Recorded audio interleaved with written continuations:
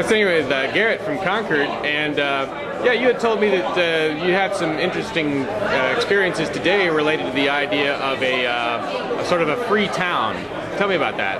Yeah, I just came back from a panel and the Saba Cooperative. What led me to the libertarian movement was ultimately this realization of how destructive the systematic use of aggressive practices is on the human consciousness.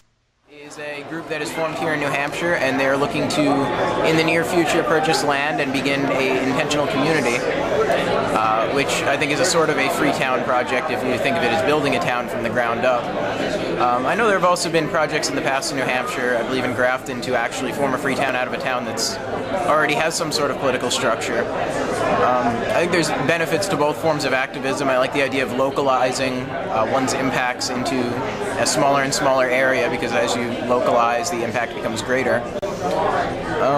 What do you think is better? Is it better to form a town from scratch, you know, in an unincorporated, sort of quasi-unincorporated area, or to do Grafton, you know, or to, you know, that kind of thing? Well, I think that the main benefit of building something from scratch completely is that for all the actors involved, all the participants, it's like they're gaining a full understanding of what their political structure is going to be, of what their communal structure is going to be, and they become more of the masters of their own destiny than if you try to work to change something that is already existing.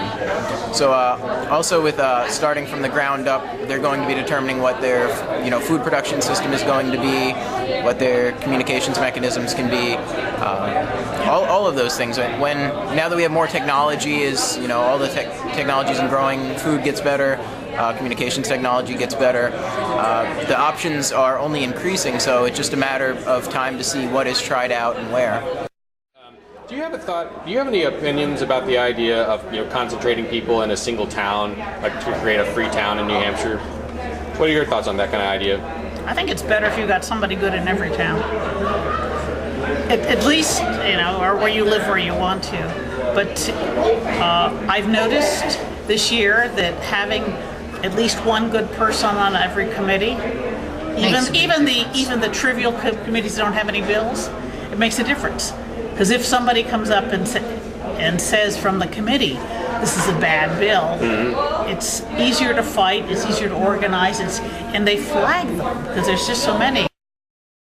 Well, there have been some benefits in Manchester of Free Staters concentrating in certain areas. For instance, both Ward 5 and Ward 11 showed that the Free Stater concentration really meant something, because Ron Paul won those two wards.